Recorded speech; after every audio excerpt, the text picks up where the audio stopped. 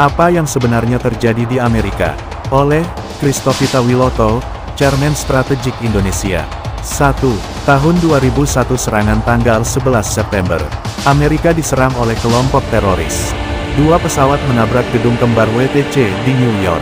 Akibatnya, Amerika menyerang Afghanistan dan Irak. Perang. Banyak nyawa melayang. Ekonomi global terguncang. Mazmur 33 ayat 10, Tuhan menggagalkan rencana bangsa-bangsa. Ia meniadakan rancangan suku-suku bangsa. 2. Tahun 2008 krisis keuangan global. Bank besar Lehman Brothers bangkrut. Banyak orang kehilangan rumah, pekerjaan, dan harapan. Akibatnya, ekonomi dunia ikut jatuh. Pemerintah Amerika mencetak banyak uang untuk menyelamatkan bank. Amsal 22 ayat 7, orang kaya menguasai orang miskin, yang berhutang menjadi budak dari yang memberi pinjaman. 3. Tahun 2016 Donald Trump menang pemilu. Trump terpilih secara mengejutkan. Ia menantang sistem lama dan elit Washington. Akibatnya, muncul perang informasi, kebohongan, dan perpecahan tajam antar warga Amerika. Yesaya 5 ayat 20, celakalah mereka yang menyebut jahat itu baik dan baik itu jahat. 4. Tahun 2020 COVID-19 dan George Floyd. Virus menyebar, rakyat panik. Di saat yang sama, video polisi membunuh George Floyd membuat rakyat marah besar. Akibatnya, unjuk rasa besar-besaran, kerusuhan, dan kebencian rasial meledak. Ekonomi makin hancur. Yeremia 22 ayat 3, lakukanlah keadilan dan kebenaran, lepaskanlah orang yang dirampas dari tangan penindas. 5. Tahun 2020 pemilu Biden vs Trump. Biden menang. Trump menuduh ada kecurangan. Ribuan orang menyerbu gedung parlemen tanggal 6 Januari tahun 2021. Akibatnya, Amerika makin terpecah. Dunia melihat demokrasi Amerika tidak sekuat yang mereka klaim. Amos 5 ayat 7, hai kamu yang mengubah keadilan menjadi ipuh dan yang mengempaskan kebenaran ke tanah. 6. Tahun-tahun 2022 sampai tahun 2024 perang Ukraina, Israel, dan krisis dalam negeri. Amerika kirim uang dan senjata ke Ukraina dan Israel.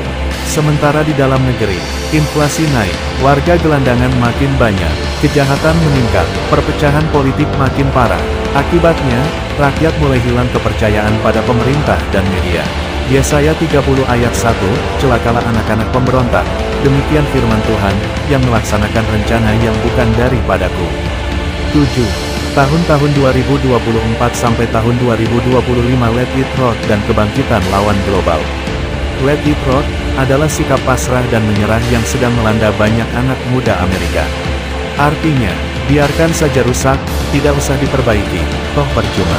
Ciri-cirinya, tidak mau kerja keras, tidak peduli masa depan, tidak percaya pada sistem, merasa hidup ini sia-sia, penyebab, tekanan ekonomi tinggi, sulit dapat kerja dan rumah. Pemerintah terlalu mengontrol, hilangnya harapan dan iman. Ini adalah jeritan diam generasi yang kehilangan tujuan hidup. Pengkhotbah 2 ayat 11, kesemuanya itu kesia-siaan dan usaha menjaring angin. Tapi di balik keputusasaan itu, Tuhan sedang menyentuh hati yang hancur untuk memanggil mereka pulang. Amerika seperti negara yang sedang membusuk dari dalam. Moral rusak, anak muda kehilangan arah, agama dilecehkan, pornografi dan narkoba merajalela. Sementara China, Rusia, dan dunia Islam mulai bersatu menantang Amerika.